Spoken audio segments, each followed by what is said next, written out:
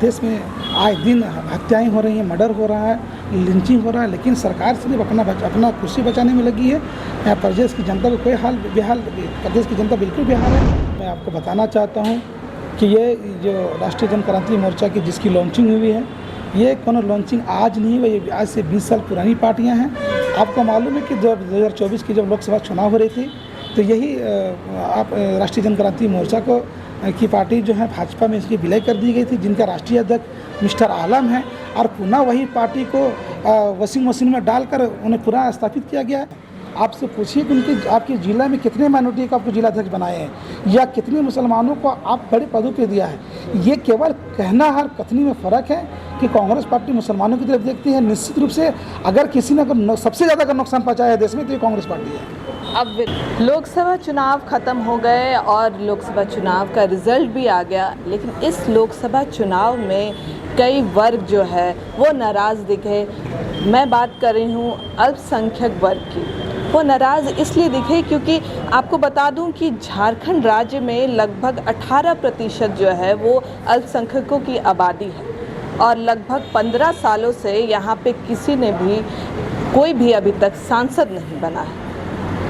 लेकिन अब विधानसभा चुनाव आने वाले हैं कुछ दिनों में, तो क्या अब अल्पसंख्यकों को फिर से एक बार बड़ी पार्टियाँ जो है वो मौका देगी या फिर जो अब यहाँ पे जो छोटी छोटी पार्टियाँ हैं उस पे जो है अल्पसंख्यक निर्भीत रहेंगे। लेकिन अब जो है विधानसभा नज़दीक है, इसे लेकर के अल्पसंख्यकों को ये डर है कि बड़ी पार्टियाँ उन्हें मौका देगी कि नहीं, इसीलिए ये अपनी ही पार्टियाँ बनाने की तैयारी में है और विधानसभा चुनाव को लेकर के काफ़ी ज़ोर शोर लगा रहे हैं।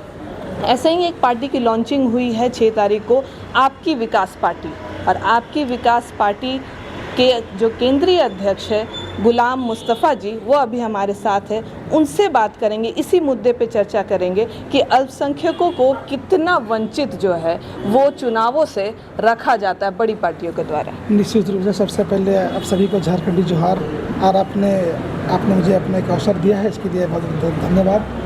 आपको मालूम है कि देश की आज़ादी को लगभग आज 75-76 साल हो चुके हैं और तब से लेकर आज तक तमाम पार्टियां, चाहे कांग्रेस हो, भाजपा हो, जेएमएम हो, आरजेडी हो, माइनॉरिटी की बात करती है, दलितों की बात करती है, आदिवासियों की बात करती है। ये सिर्फ कागज़ की बात होती है, धरातल पर कुछ नहीं है। आपको मैं बता दूं कि मुल्क की जब आज़ादी हुई 1947 में, तो सबसे ज़्यादा कुर्बानियाँ ने मुसलमानों ने देश में दिया है। 70,000 उलमाओं ने एक साथ उनको फांसी के फंदे पर चढ़ाया गया है। लेकिन हमें अफसोस तब होती है कि जब मुझे और भी चीज़ों से मुझे वंचित रखा जाता है। और लगातार हमने तमाम पार्टियों को मैंने देखा, उनकी कथनी और करने में फ़र्क है बहुत है। तो मुझे ऐसा महसूस हुआ कि नहीं, झारखंड में एक नई पार्टी की विस्तार होनी चाहिए और लोगों का विकास होना चाहिए, लोगों की मुद्दा जो है उनका निराकरण होना चाहिए। तब मैंने जाके एक आपकी विकास पार्टी के रूप में हमने इनका स्थापना किया, जो आपके सामने 6 तारीख को आपने बताया। क्या क्या मुद्दे रहेंगे अब जब आपने चुनावी मैदान में अपना कदम रख चुका है, तो क्या कुछ मुद्दे रहेंगे विधानसभा चुनाव को लेकर के? निश्चित रूप से जो सरकार ने जो लोगों से वादा किया है, जो आज पूरा नहीं हुआ है, चाहे वो मदरसा बोर्ड की गठन हो, चाहे वो अल्पसंख्यक आयोग का गठन हो, सरकार चाहे माइनॉरिटी की बात करती हो, दलितों की बात करती हो, आज लगातार प्रदेश में आए दिन हत्याएं हो रही हैं, मर्डर हो रहा है, लिंचिंग हो रहा है, लेकिन सरकार सिर्फ अपना कुर्सी बचाने में लगी है। यहाँ प्रदेश की जनता को कोई हाल बेहाल, प्रदेश की जनता बिल्कुल बेहाल है। और मैं बताना चाहता हूँ कि जिस लक्ष्य को रखकर बिहार से झारखंड को अलग किया गया, जो लक्ष्य को कहीं की दिखता भी नहीं है। आप देख रहे हैं कि कोडरमा में साहबुद्दीन की हत्या हो गई है। अभी मालूम पड़ा कि आपको पतरातू में एक अख्तर अंसारी की भी पीर बकरी के चोरी में कह के लोग मार दिए, लेकिन सरकार अभी तक खामोश बैठी हुई है। अपराधी घूम रहे हैं, नेता मस्त है, जनता पस्त है। बिल्कुल ये हाल है, व्यवस्था, प्रदेश की व्यवस्था बिल्कुल चरमरा रही हुई है। बड़ी पार्टियां जो है आपको चुनाव से लगभग वंचित रखती है और उसके बावजूद आप लोग जो है क्षेत्रीय पार्टी बना रहे हैं। बहुत सारे ऐसे लोग हैं, कल भी एक राष्ट्रीय जन क्रांति पार्टी का भी उद्घाटन हुआ, वो भी अपनी लड़ाई लड़ रहे हैं। लेकिन जब आप लोग छोटी छोटी पार्टियां बनाते हैं तो फिर जो है बीजेपी में बड़ी पार्टियां में विलय हो जाते हैं, या कहा जाता है कि आप लोग खुद बीजेपी या फिर बड़े पार्टियां के बी टीम के रूप में काम करते हैं। देखिए, ये मुल्क हमारा है और हम एक कोई गुलाम देश में नहीं है। हमको यहाँ फ्रीडम मिला है, आज़ादी मिली है, मुझे भी चुनाव लड़ने का अधिकार है। और आपने अभी जिस पार्टी का हमने बात किया है, मैं आपको बताना चाहता हूँ कि ये जो राष्ट्रीय जनक्रांति मोर्चा की जिसकी लॉन्चिंग हुई है, ये कोनो लॉन्चिंग आज नहीं हुई, ये आज से 20 साल पुरानी पार्टियाँ हैं। आपको मालूम है कि 2024 की जब लोकसभा चुनाव हो रही थी, तो यही आप राष्ट्रीय जनक्रांति मोर्चा की पार्टी जो है भाजपा में इसकी विलय कर दी गई थी, जिनका राष्ट्रीय अध्यक्ष मिस्टर आलम है, और पुनः वही पार्टी को वॉशिंग मशीन में डालकर उन्हें पुनः स्थापित किया गया है। और ये कहीं न कहीं जनता तो ये कहा जा सकता है कि बीजेपी की बी टीम आप लोग बन रहे हैं। देखिए, कुछ भी कहना कि अगर पत्रकार है, स्वतंत्र है, मुझे भी अभी टीम कह सकते हैं, लेकिन जो सच्चाई था मैंने बताया कि यह पार्टी आप देख लीजिए पता करके कि जो इस पार्टी का राष्ट्रीय अध्यक्ष मिस्टर आलम, ये पार्टी को भाजपा में इनको विलय किया गया था लोकसभा में, और मिस्टर आलम को कोडरमा की लोकसभा की उनको प्रभारी बनाया गया था। पुनः उस पार्टी आज और 20 सालों में वो आज तक कोई एक एजेंडा भी नहीं सेट कर पाया, लेकिन आज आपके माध्यम से मालूम पड़ा कि इस पार्टी की लॉन्चिंग हुई है। अच्छा, जितनी बड़ी पार्टियां हैं, जैसे कांग्रेस जो है वो मुसलमानों को लेकर के चलती है, ऐसा सभी कोई का कहना है, लेकिन क्या आप लोगों को लगता है कि अल्पसंख्यकों को सिर्फ वो लोग लॉलीपॉप दिखाने का काम करते हैं?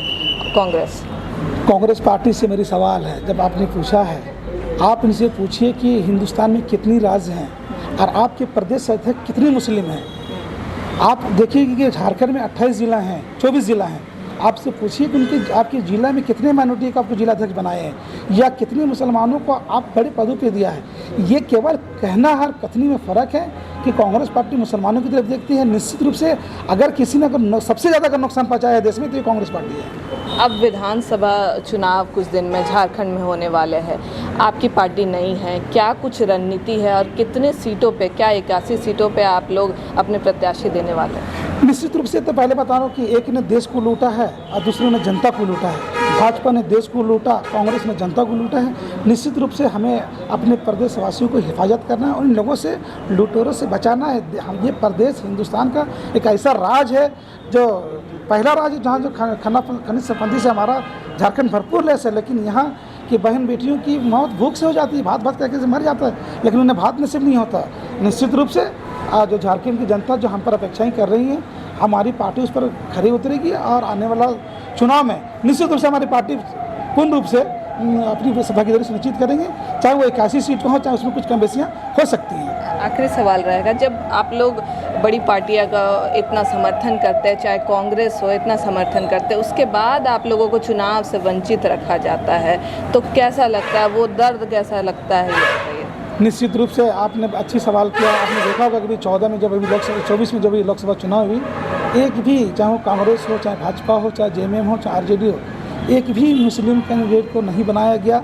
जबकि आलमगीर साहब के पिताजी हैं फुरकान अंसारी साहब, कितने दिनों तक, कितने सालों तक उनको साइड लाइन, आज भी बेचारा का साइड लाइन है, और चूँकि पूर्व में सांसद रहे हैं। लेकिन मेरा कहना है कि देखिए, कानून रोड पे कोई नहीं बनता है, कानून सदन में बनता है, लेकिन जब तक माइनॉरिटी मुस्लिम लोग अगर सदन में जीत कर नहीं जाएंगे, हमारा रक्षा कोई नहीं कर सकता। फिर भी एक सॉफ्ट कॉर्नर आप लोगों का कांग्रेस के प्रति रहता है, तो क्या आगे जा कर के जब कुछ ऐसा सिचुएशन आएगा, तो क्या आप लोग उसमें समर्थन देने का या फिर उसमें गठबंधन करने का कुछ ऐसा हिसाब है? अभी फ़िलहाल हम लोग सोचे नहीं हैं, लेकिन हमने स्पष्ट पहले भी कहा कि जो भी निर्णय होगा वो झारखंडियों के लिए होगा और झारखंड के 4 करोड़ जनमानसों की होगी, जो झारखंड को बेहतरी के लिए और जो झारखंड को विकास कर सकता है। हमें गर्व है कि हम झारखंड ऐसे प्रदेश में रहते हैं और हमारी जन्म झारखंड में हुई है, जहाँ खनिज संपत्ति से यहाँ पर कोयला है, यहाँ पर माटी है, यहाँ पर सोना है, लेकिन मुझे अफसोस है कि यहाँ के लोग पलायन कर रहे हैं। मुझे इनको रोकना है। हम बात कर रहे थे गुलाम मुस्तफ़ा जी से, जिन्होंने अपनी एक नई पार्टी की शुरुआत की है, विकास पार्टी की शुरुआत की है। अब देखना यही होगा कि इन लोगों के द्वारा अल्पसंख्यकों की कितनी विकास होती है और आने वाले चुनाव में, आने वाले विधानसभा चुनाव में कितने प्रत्याशी इनके द्वारा उतारे जाते हैं और इनके जो मुद्दे हैं उनमें ये कितने खरे उतरे हैं। अब इस खबर में इतना ही, बने रहिए द न्यूज़ 10 झारखंड के साथ। नमस्कार।